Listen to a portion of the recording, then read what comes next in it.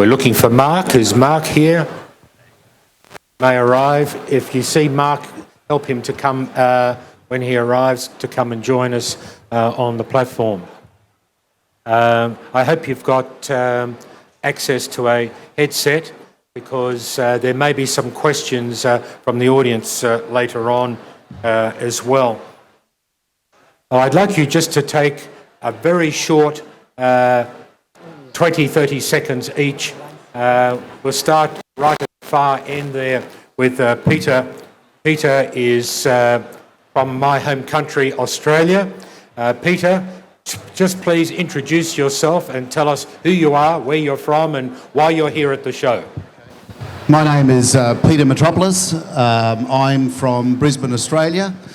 I entered the printing consumables market late in 2014 by acquiring a well-known supplier, distributor in Australia called Ozjet. And this time last year, we also invested further in the industry by purchasing the licensing rights for Australia and New Zealand for RemaxWorld stores. I really enjoy the industry. I enjoy visiting China, and I am excited to see what's going to happen in the future. Thanks, Peter. Let's hear from Aaron. Hi, I'm Aaron Leon, founder and CEO of LD Products. We're an online retailer in the United States. We just celebrated our 20th year in business, and I'm here to meet with colleagues, friends, and suppliers. I think you haven't told everybody here that you are the largest online retailer of printing consumables, not just in America, but globally. Now, you're a little bit shy, but I'm going to tell everybody here that you are the largest online retailer of printing consumables in the world. Sure. Yeah. Thank you. Okay. Please. Okay, right. My name is David Aguila. I came from Mexico. I have been 10 years in the market, and I'm doing CISS. And I'm really very happy to be here. It's an honor for me. Well, we're very happy that you've come all the way from Mexico, and joined us here. Let's move to Shelley. Shelley, you're also from the United States. Tell us about who you are. Tell us a bit about your company there as well. Okay. I'm Shelley Eastman. I'm the CFO of Liberty Laser Solutions. Proudly, we are one of the last USA remanufacturers still standing. I'm at the show to just make sure that we're getting our customers the best components. I think now is a huge time for diversification, and this is obviously the show for that. And now we move to the United Kingdom, and Dennis Haynes, tell us about your company there. So my company is Badger Office Supplies. We've been selling in this industry for 20 years, and we've been coming to this show from the very first time when you could walk around the show in 5 minutes. It was tiny, the very first show. And that's right. We've seen the transition of the industry to what it is now, and I'm here because I think that the whole industry needs reshaping.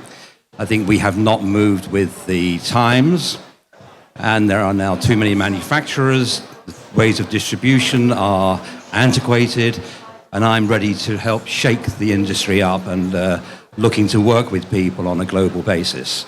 I've done a lot of business in Australia, New Zealand, and throughout Europe. And anybody who is interested in talking to me, very happy to do that. Thank you very much, Dennis. And we're very pleased that Mr. Jason Wong, representing the Nine Star Group, is representing China on the panel here today. And so we're very pleased to have you here, Jason. Tell us a little bit more about yourself and the mighty company that you now represent. 大家好啊！刚才这个 David 讲，我是台上唯一的一个中国企业的代表啊。那么大家可能更多的，我就是代表我们这个中国 aftermarketing 行业的这些工厂啊，在这个论坛上啊。谈一下这个行业未来的发展的一个挑战和机遇啊。那么，目前的话呢，据说是这个，今天这个展会啊，确实是我们这个有高朋满座啊。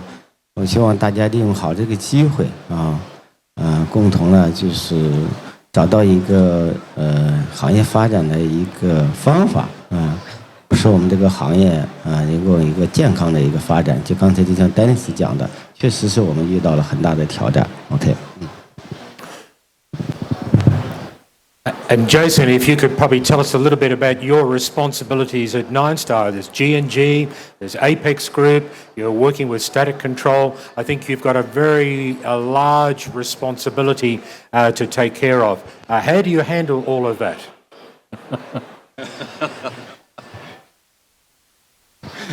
我那个中文名字叫汪栋杰啊，因为他们都叫我这个。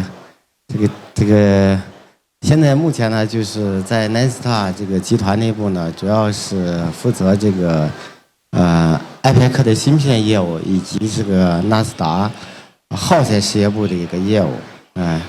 那么戴维说我们负责的工作很多，但其实呢做的确实呢这么做了也有将近20年的在这个行业里面，那么就是说得到了我们国内国外的同行的支持，使奈斯塔呢有今天的一个发展。那我想呢，就是说，希望在未来的工作里面，面对今天行业这个格局，奈斯塔也要积极调整好自己的这个策略，为我们的国内和国外的朋友、我们的同行共同发展。谢谢。I'd just like to add one small comment about Jason and Nine Star. I first visited them when their office was 3 people. 3. And I visited Jason just as they were doing the very first chips. I don't know how many years ago that was, but to see the development of the Nine Star group from where they were to where they are now is just a fantastic achievement. So I say congratulations. Yeah. 谢谢。我们这个其实台上坐的很多都是奈斯塔，可以说多年的老朋友了多年老朋友，也有新朋友。刚才我和 Peter 我们是第一次见面，也有10多年的老朋友不管新老朋友，我们今天聚在一起，其实呢就是但我们的方向是一致的。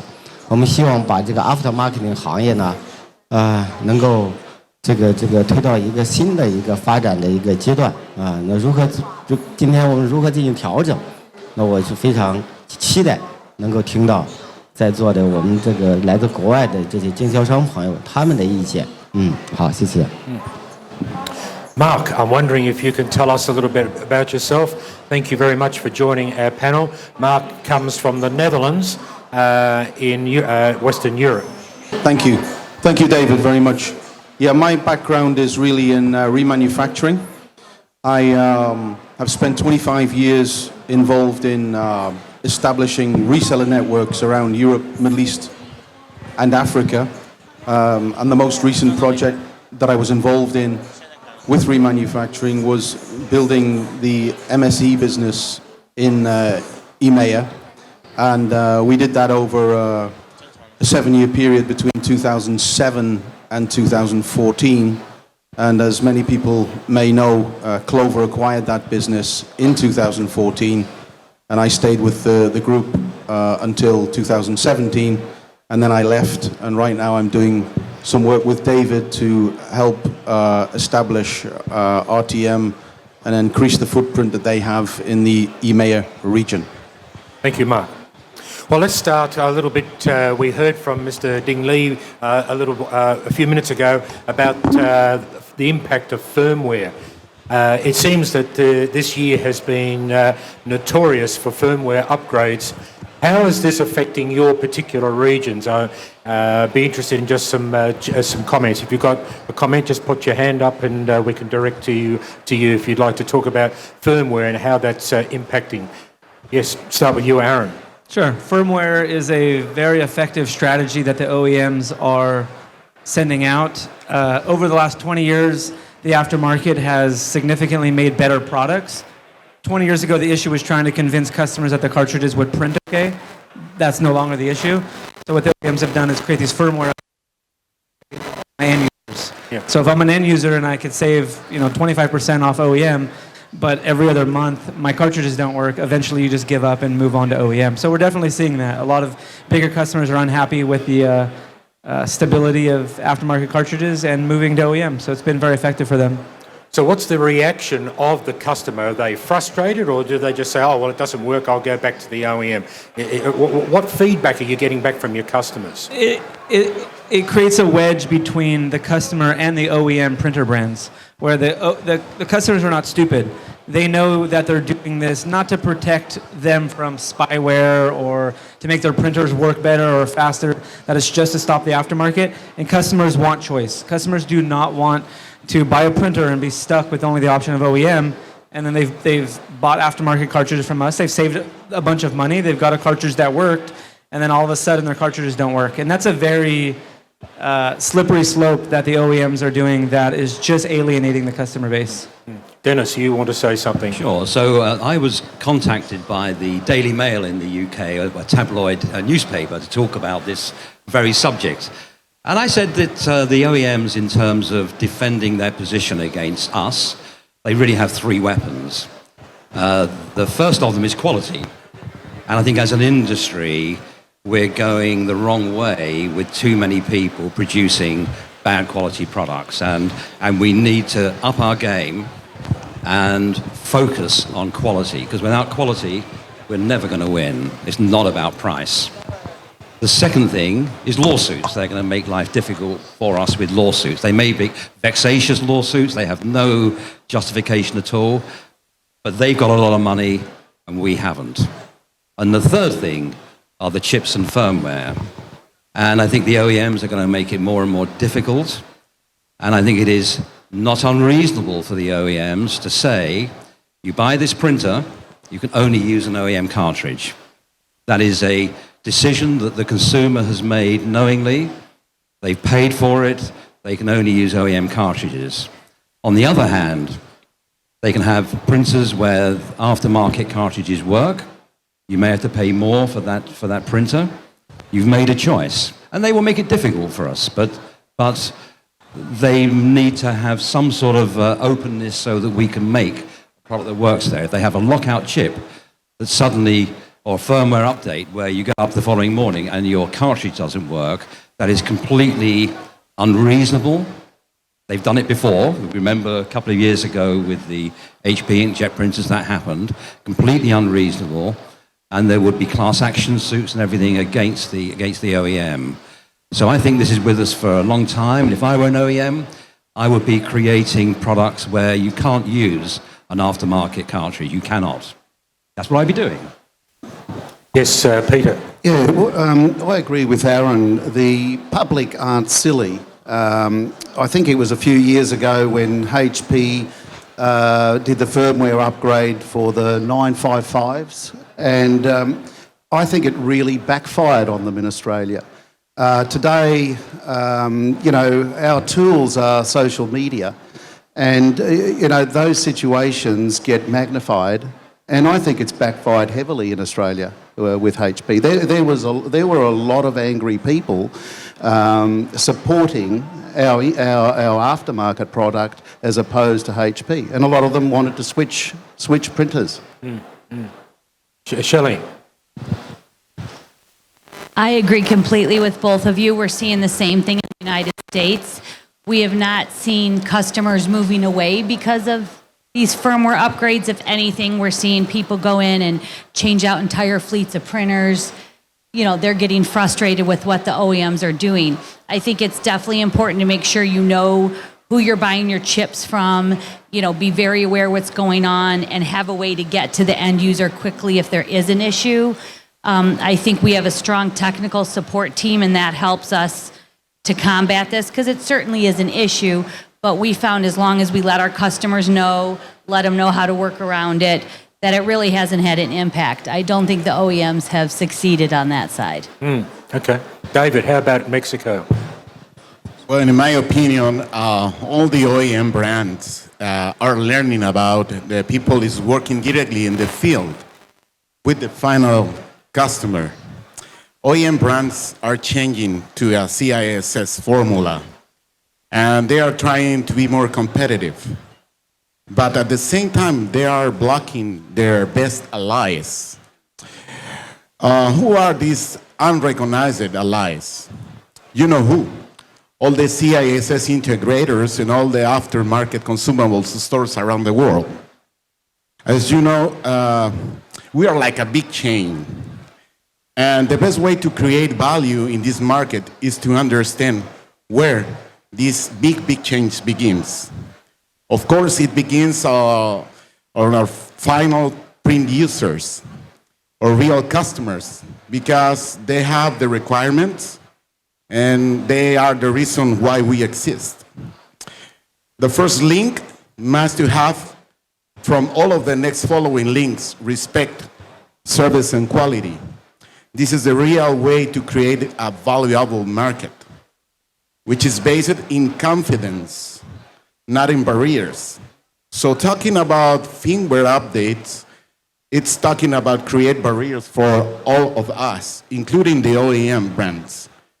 Please do not block the flow of the knowledge. Yeah, good. Thank you very much. Well, let's thank you very much. Anybody else want to add something? Mark, you want to have something to say as well? Yeah, I'd like to ask Dennis and Aaron particularly, given what you said about consumer choice and the potential adverse reaction of the market, what you think of the recent announcement by HP that they will indeed come with two options. I think the new CEO has said that they will have a range of printers that are less expensive, but only work with the OEM, and there'll be another equivalent, same printer, which is, if you like, unlocked, and you can use whatever you like in that. I mean, is this a huge gamble by HP, or is this a smart strategy? It's what I would do if I was HP. I think the issue is how informed the consumer is. They go into a store. I mean, I've been into lots of stores worldwide that sell printers and cartridges. And I remember going into Australia is one of the countries with the lowest penetration of the aftermarket. And I remember going into a retail store, one of the very big chains, and said, I'd like to talk to you about aftermarket cartridges. And they said, we don't sell them. And I said, why don't you sell them? And they said, they don't work.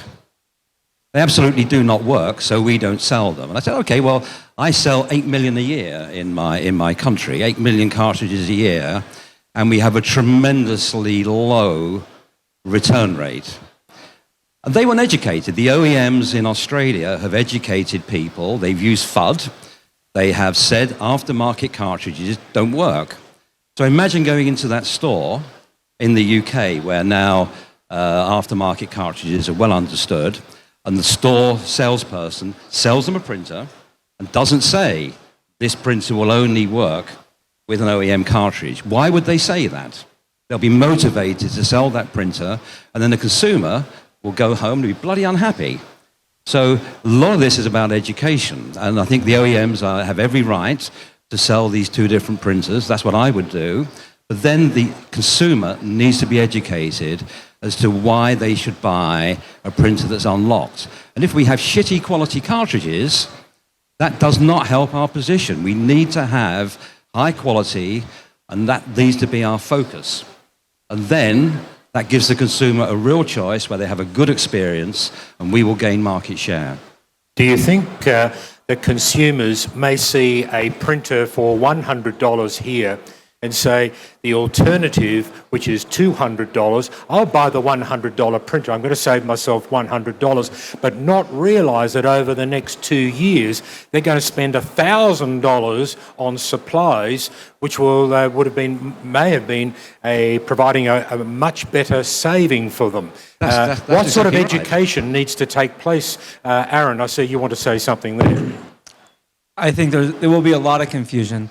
Consumers often don't even know if they're buying an inkjet or a laser printer. Yeah. So how are they going to know if they're buying a pre-bait type of HP printer or a non-pre-bait printer? It's going to cause a lot of confusion and a lot of lawsuits. Jason, did you want to add anything more from Nine Star's point of view?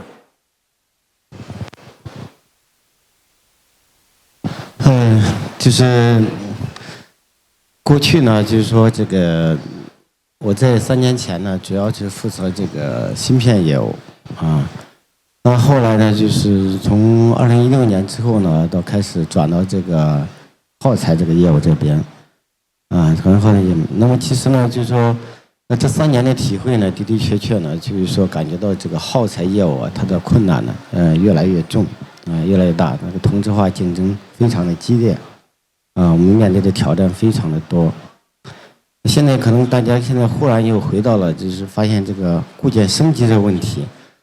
那固件升级的问题呢，应该回头它应该又是个芯片的问题，等于把这个球又踢到了芯片公司去。那么其实这么看的话呢，我自己也这么看这个问题，就是说其实不管就是行业它的发展这么多年来，那么一直呢都有热点和难点的问题。珠海从一个小渔村，然后发展到今天，我们打印耗材行业从从业几百人，到目前呢，今天从业可能有10万人左右的人，打印了珠海的打印耗材之都。所以从总的方向上来看，那我自己感觉到呢，从中国工厂这边看，其实这个行业还是在发展的。那么至于说固件升级的问题呢，它目前看，它只是一个我们发展过程中间遇到一个困难，我相信，就是说通过整个行业的这个共同的应对，我相信这个问题是可以解决的。从固件升级这个，刚才我们这个集团的 CTO 丁总也谈了这个事情。那么在目前这个阶段的话呢，在固件升级不能够得到彻底解决的情况下，那我们能做到呢，就是说我们不能阻挡这个固件升级，我们能做的就是把这个固件升级带来的损失降到最低，这是目前我们确实能够做到的一点。但是呢，固件升级呢，它又是个系统化的问题，它不是说呢，就是是我们仅仅是芯片供应商，或者是成品厂，或者是分销商，或者是客户的用品。我个人感觉到这是一个系统的问题，我们需要行业来共同来思考如何的应对。比如说，我们的零售商是不是应该教育我们的客户减少这个固件升级的次数那么我们的分销商如何去在这个固件升级的问题上，如何去调整自己的库存，把自己的损失降到最低？生产商更是如此，那么它是起到一个承上启下的作用，那么它应该承担更多的责任。那么作为芯片公司，这是义不容辞，一定要解决这个从技术上投入更多的能力，投入更多的这个研发和资金的投入到固件研发里面去。这样的话呢，我是相信，通过我们整个行业的这种共同的努力也许用1年或者2年，甚至也许会更长一段时间，但我相信这个问题一定会得到解决的。我们在这个问题上的话呢，我比较担心的是，大家相互之间呢，就是相互呢，就是这个一定要不能叫相互推卸相互的责任。每个我们整个供应链，这个整个价值链里面呢，每一个部门都应该承担起自己的责任，来共同应对这件事情。我相信这件事情才能得到很好的解决那么关于打印机这方面的问题，其实实际上就是说是大家知道 Nesta 的话呢，也在做打印机的这个业务那么我们目前现在呢做的还是比较小的可能呢大家就是认为说这个打印机的这个如何调整自己的这个打印机和耗材的这个策略那我想呢就是这个更多呢是在原装 OEM 的呢他们考虑的问题，而且我想 OEM 在考虑这个问题的时候呢，更多他们是会把 OEM 之间的这个竞争作为考虑的第一选择，而不应该呢就是把我们 after marketing 作为他们考虑的第一选择。我们 after marketing 里面在这个上更多的是应该考虑耗材的业务after marketing 耗材如何发展的业务。这个呢大概是我自己的一些体会。谢谢。Thank you very much. I'd like to move on to a new topic. I want to talk about the battle for supremacy between new built cartridges and remanufactured. All of you have been involved in remanufacturing at some stage, and some of you are now in the process of completely transferring your business model across to new built cartridges as well. And maybe some of you are fully new built, some of you've got a mix, and some of you are still strictly working in an area of remanufactured products. Where do you see this going in your region in the next year or 2 or 5? And how are you going to deal with that as a business? Who wants to jump in there first? I had a discussion with Mark on this the other day, Mark at the end there.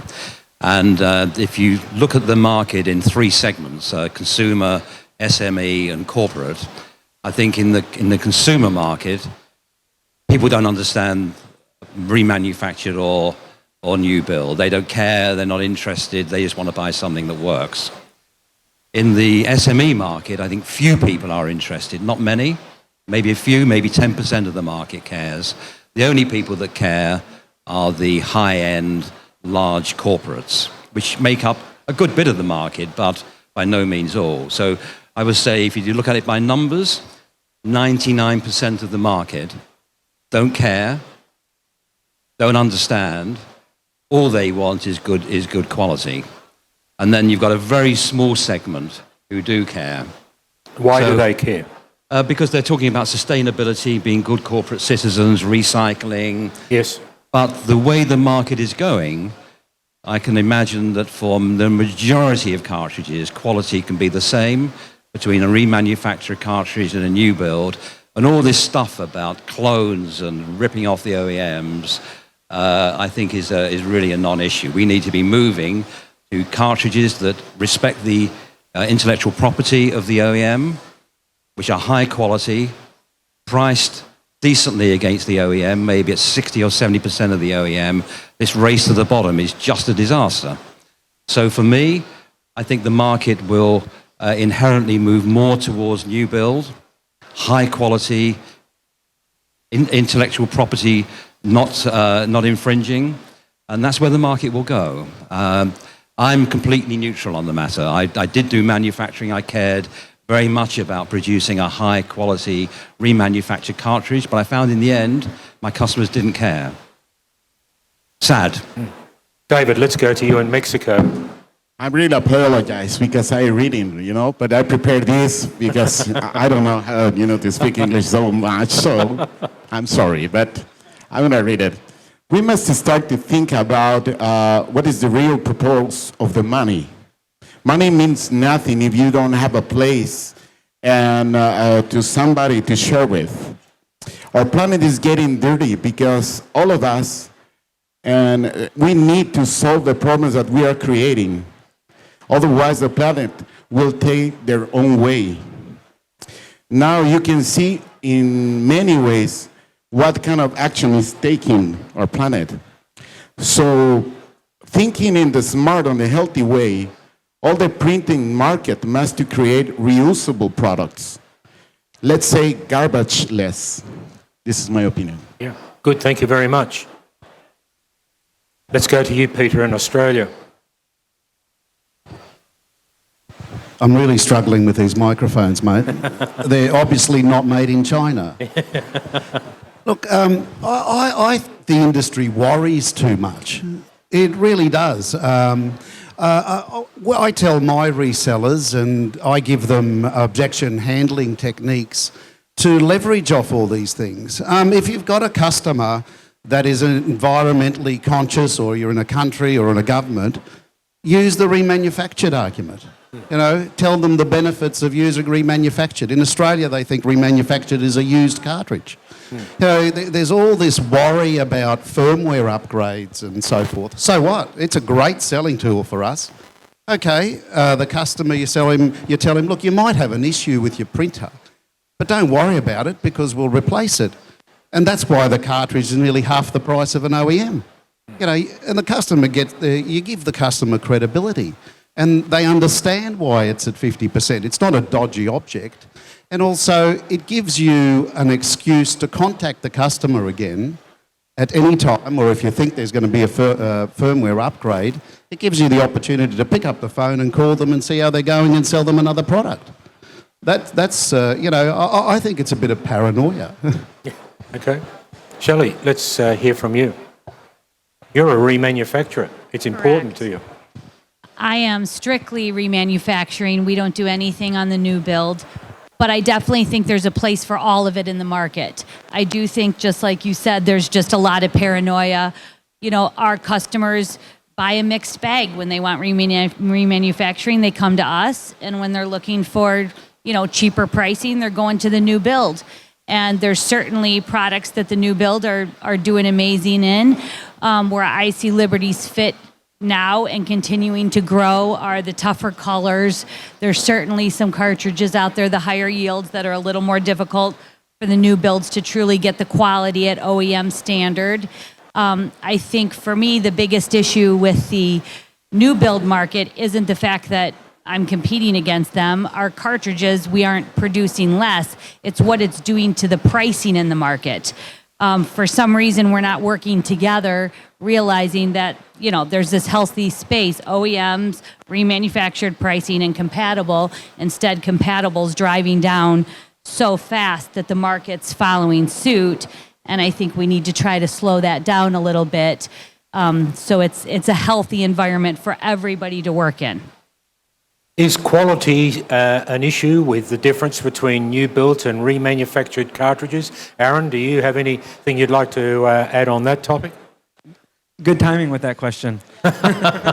So we launched our new compatible premium line of cartridges about 2 years ago, and we won the quality award yesterday, which we're very proud of. So I think our customers have voted that quality is not a problem with new build cartridges. We're very proud of that. So no, I mean, historically, yes. And to this day, it's still difficult to make some new cartridges with as good of quality as remanufactured cartridges.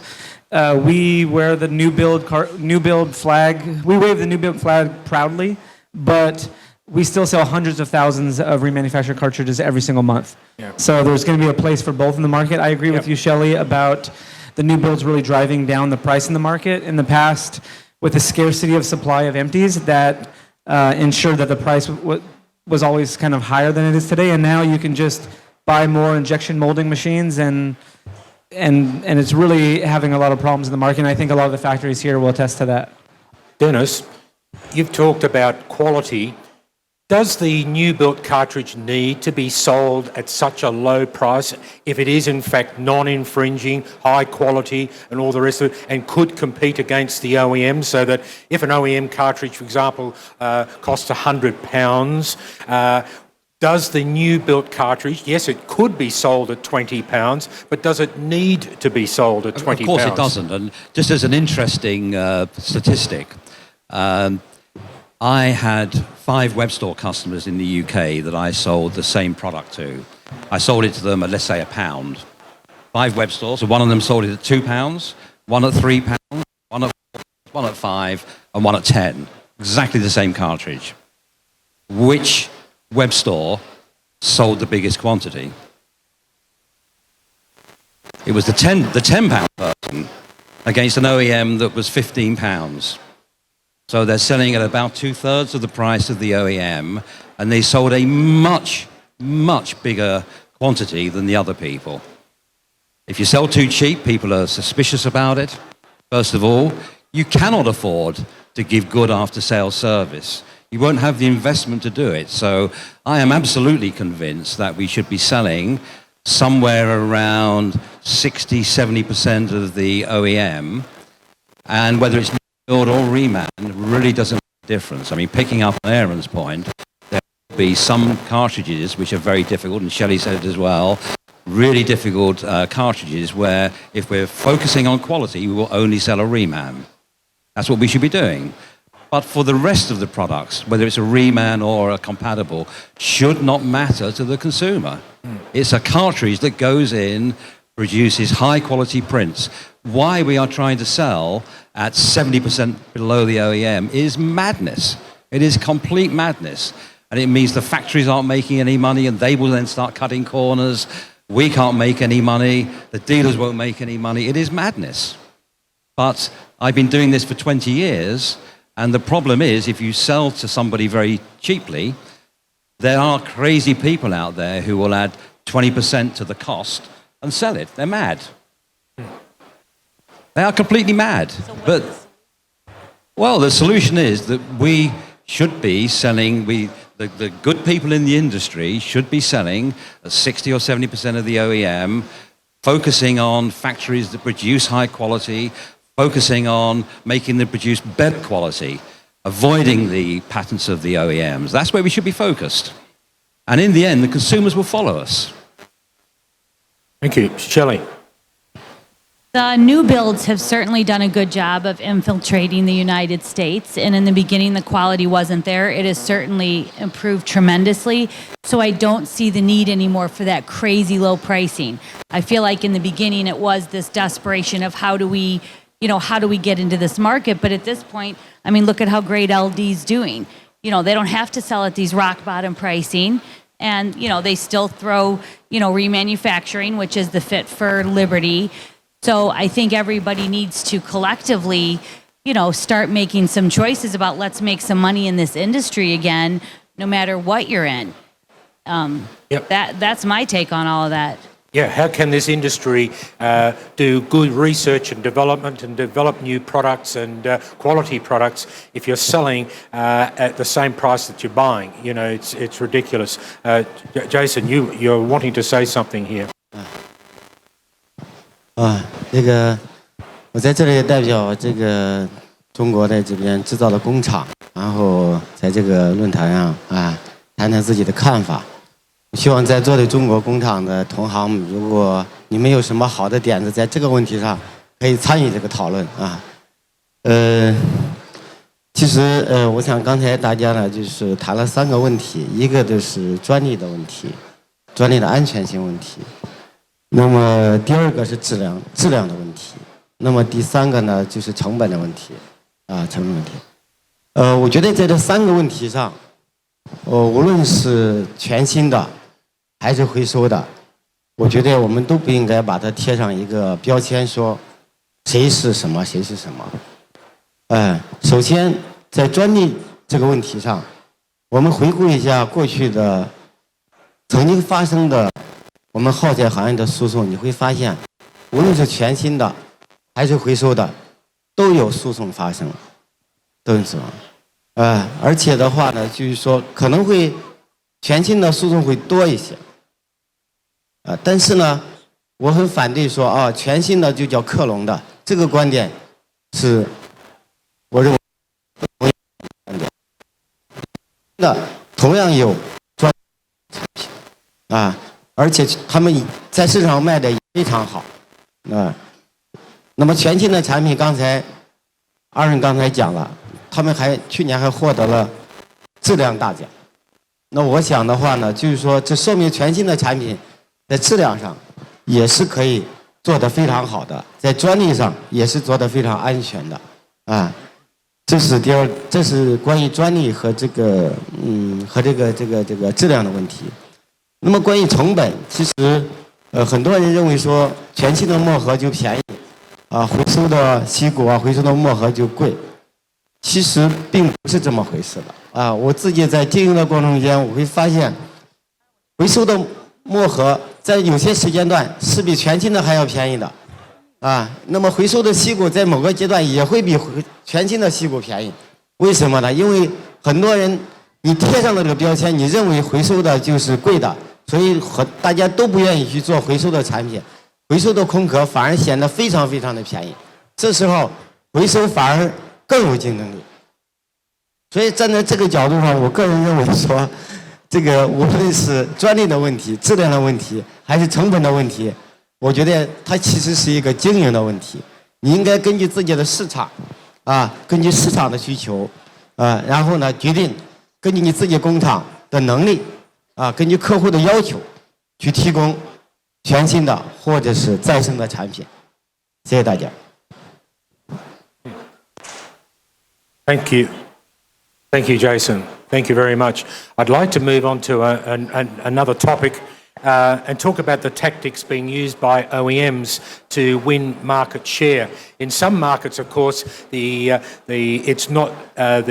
amount of printing is not growing, particularly the traditional markets like the US and Western Europe. In countries like China, India, Russia, Africa, Latin America, we find that it's still very much on the increase. Of course, they are smaller markets, although research seems to indicate that China is about to become one of the largest markets. What are the OEMs doing to capture the market share that they're needing? What HP is doing, to a certain extent, is consolidating in the market by acquiring other brands. I don't know where that leaves Canon. You may have some comments on that for the future. But what else are the OEMs doing that you are observing to try and win market share? What I was going to say, my observation would be that there are probably different OEM strategies. I mean, I can't speak about Latin America or Asia, but what I see in Europe is very much a flat marketplace, probably a declining marketplace, in fact. If you look at page volume, or you look at hardware shipments, or you even look at the OEM's revenues, it's flat at best and probably in decline in many cases, I would say. And I think that there are two different OEM strategies. One would be, Ricoh would be an example, where they are diversifying and becoming IT companies and getting into workflow, digital workflows and software solutions and so on. I think in the case of HP, that isn't really their direction, because of course they split. 5 years ago, they split into HPE and HP Inc. So that option really isn't available to them. So it seems to me that they are going for more of a cash cow type model, where they want to try and sweep up. They've made the Samsung acquisition, and I would think that most people here expect Xerox to be acquired within the next 12 to 18 months. And they're really looking at how to make their customers stickier. And that clearly is going to result in greater efforts to have contracted business, managed business. The whole device as a service type concept is right from the consumer level with the instant ink all the way up to the large corporates with the contracts. And I think they're changing their reseller models to support that strategy, whereby they are no longer rewarding resellers and individual salespeople on the front end, but actually looking at what is delivered, not as what's promised, but what pages are delivered, to then reward the channel. So I think they're in a tough spot. I think that they're in a tough spot because the market's flat and mature on the one hand. On the other hand, we spoke about the impact of new build product. That's an issue for HP particularly. And perhaps the third challenge, which may not have arrived yet, will be disruptive. And when I say disruptive, I mean with price points, new OEMs coming from China, new printer OEMs. So I think those are the three challenges that HP in particular faces today. Okay, Dennis, you're going to say something. First of all, I agree with everything that Mark said. The one thing I'd add is that they're using retro rebates as a weapon. So seeking to keep retail, keep the aftermarket cartridges out of the market. So if you're going to a big store chain and you say, if you only sell OEMs, I'll give you $20 million. Only when you achieve the volume, that's something which is a big weapon. And I think with the HP's announcement of having two types of printers, they will use the retro and the margin on the OEM only printer to encourage retail to only carry the products where they make good margins. So I think retros are a big weapon. And why can't we do the same? If you're making no money, you can't offer any retros. Aaron. In the United States, at least, the OEMs are doing a lot to counter the aftermarket. I think it's a big, 10, 20 years ago, most of the OEMs' work effort was fighting other OEMs and gaining market share. And now it seems like a lot of their new innovations and changes on their printers and their cartridges is just focused on the aftermarket, and that really doesn't benefit the consumer. And they're doing it at all stages of the market, the low end, the medium end, the high end, the enterprise level. I'll talk about just the low end inkjet segment of the U.S. market. And that market, HP especially, has done very well with their Instant Ink program, where you pay a monthly fee and you get a certain amount of printers. That, for us at least, that's taken a lot of low end printhead inkjets out of the market. So those people are now getting cartridges delivered as a SaaS type product on a monthly, and it's great for them. For HP, they get monthly recurring revenue between, $3 and $15 a month. And then also the OEMs have been successful on their EcoTank, their tank inkjet printers, where again, these little, like especially Canon and Epson, these tank printers that China sold a lot of compatible inkjets back in the day that would support those type of printers. Now they're just putting one big bottle of ink in the printer, which take out 10 to 30 cartridges out of the market. So we sell compatible ink bottles, but one of those bottles is equivalent to a dozen or more cartridges. So the amount of margin or the amount of revenue we get, the same amount is a tenth of it. So they've been very successful in the low-end inkjet market in the U.S. All right, well, we're just about to wrap up, so this is the final question for today. And Mark, we'll start with you and ask each of you, what are the reasons for this dynamic industry to still be positive? Why do you think why is this dynamic industry still have opportunities, and why is your business succeeding so well when others seem to be having so much difficulty?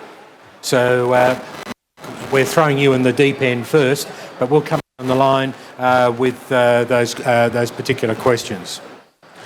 Well, I think the industry itself has demonstrated a lot of that it can overcome challenges. You know, right from the very first chip that came along way back on the HP, I think it was the 4000.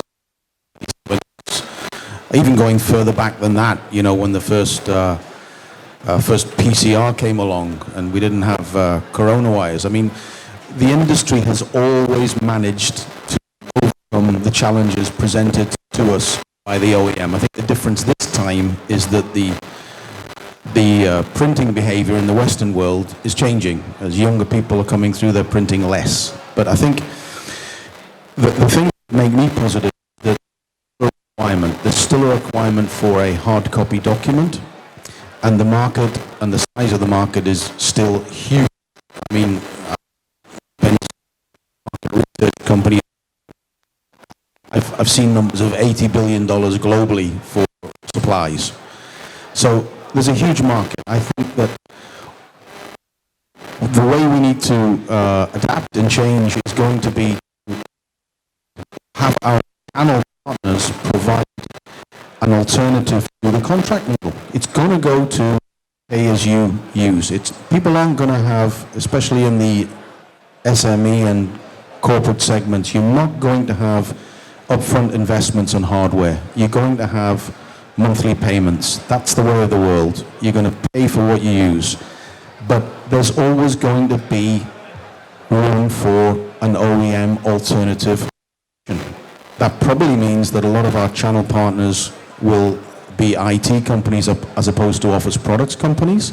And it probably means that we're going to see a boom in the refurbished hardware market as you get an acceleration of refreshment, because a lot of the higher end companies will want to keep up to date and have new devices. So there'll always be an opportunity for our market to support a value proposition that is more cost effective for the end user marketplace. And I think that's what sustains at least my positivity going forward. Thank you, Mark. Peter from Australia. I don't know if any of you can see, but I had my fingernail painted.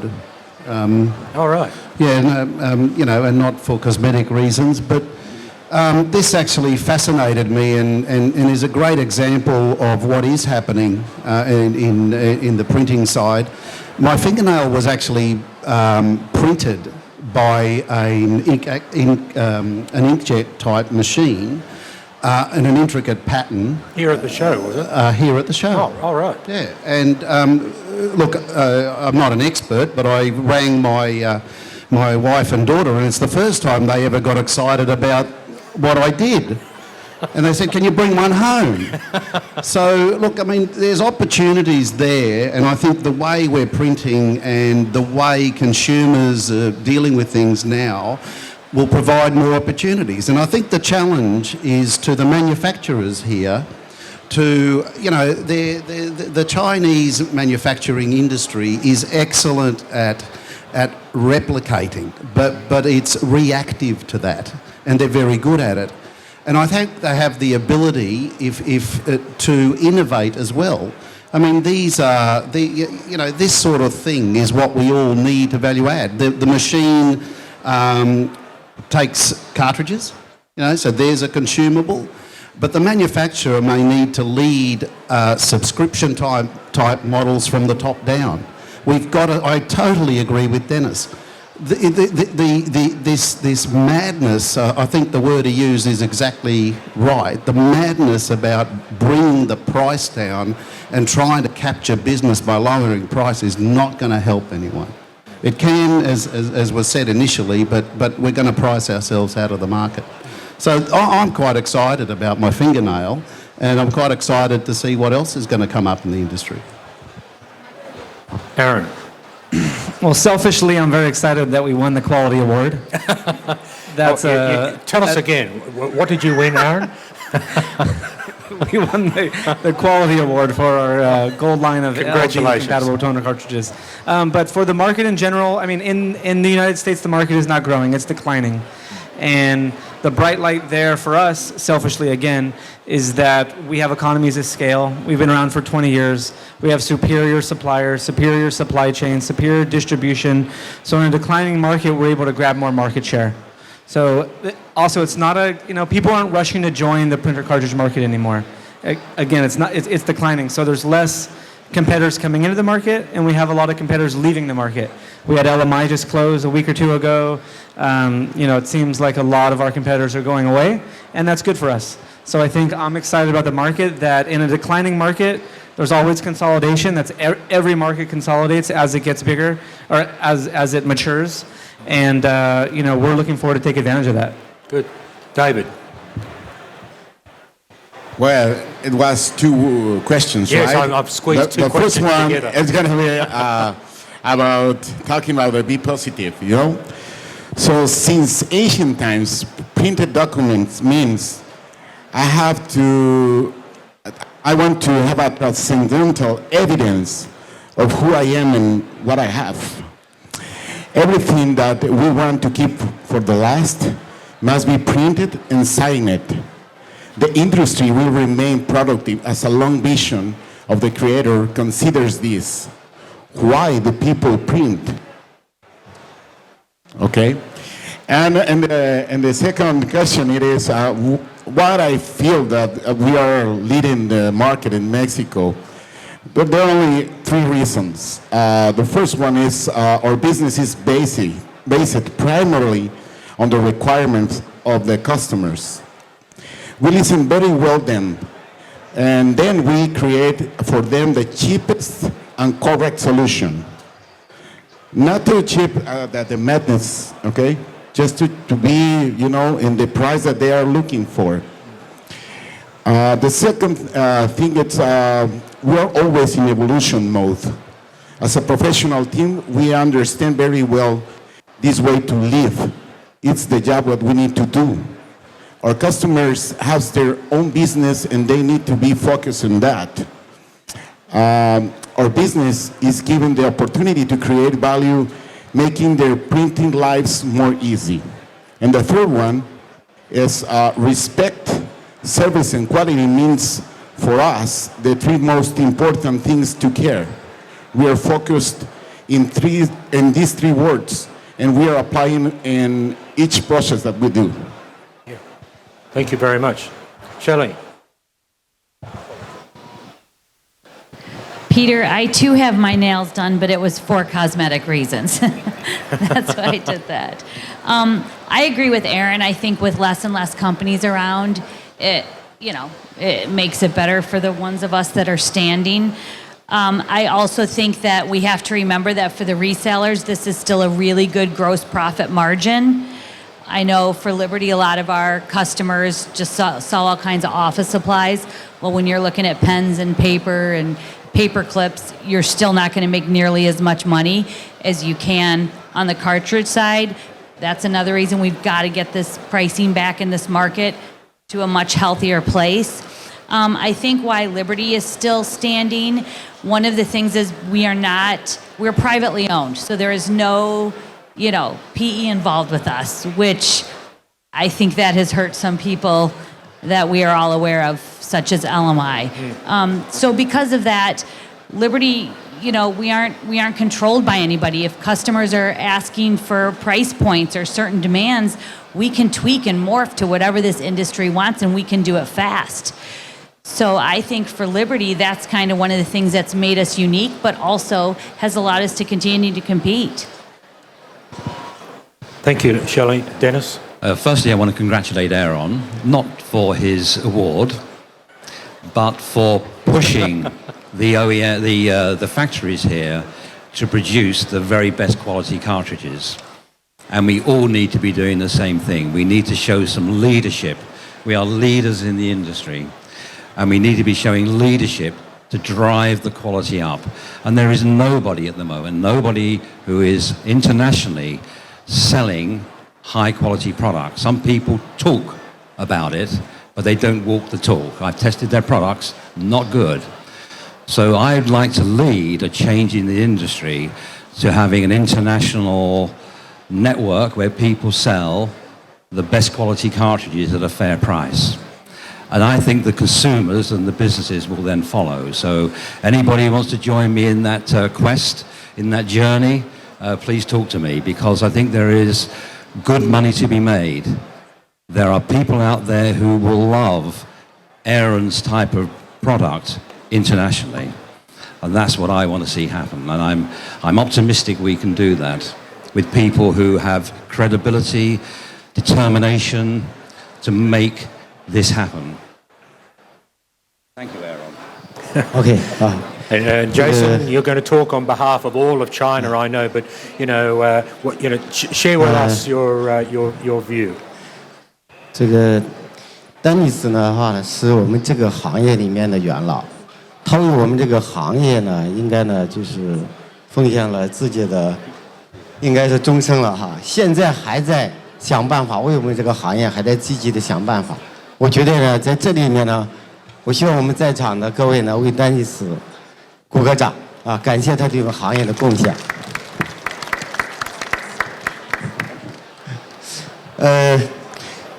刚才听到大家的这个见解，我听起来就今天很受启发啊。那么站在这个中国工厂的角度上来说，我呢想提一些自己的站在工厂角度上，如何能够通过面对这种挑战，我们如何改变才能够适应这个发展？首先来说，就是说大家现在感觉到行业遇到困难了，好像遇到挑战了。那其实我们应该反思一下，为什么我们需要了今天才遇到挑战？那么可能是5年前、3年前，我们还感觉到行业形势一片大好，那今天忽然感觉到来了暴风雨来了的感觉。我觉得呢，这个可能很大的问题是因为 OEM 发生了很大的改变，而我们 After Marketing 行业没有赶得上 OEM 发展的步伐。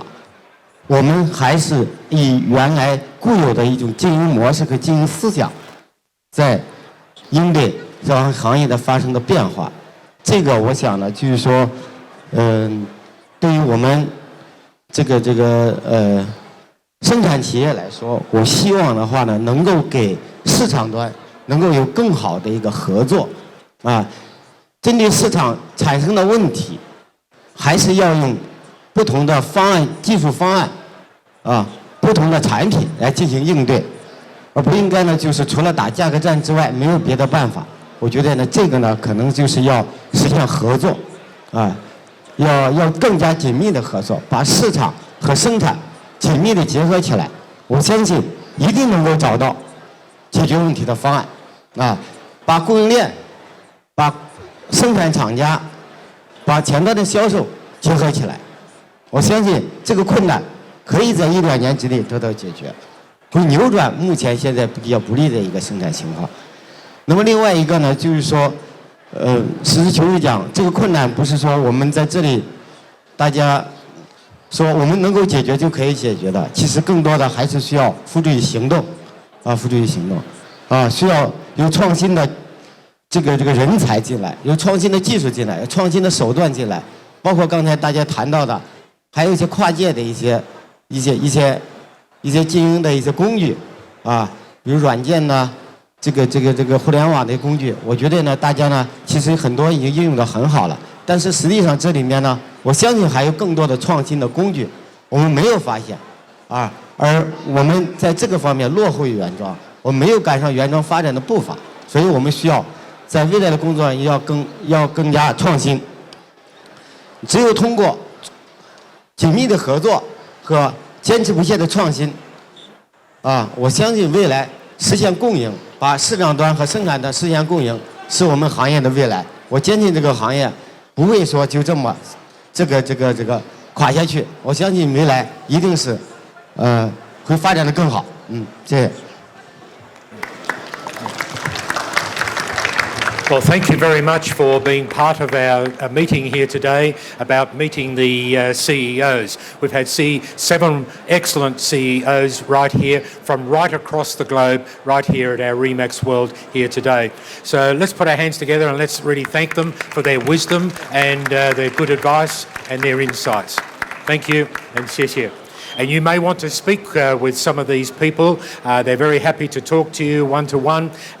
You're welcome to do that. And let's also thank our translators over here who have provided a very excellent service. Let's give them an applause here today as well. 谢谢.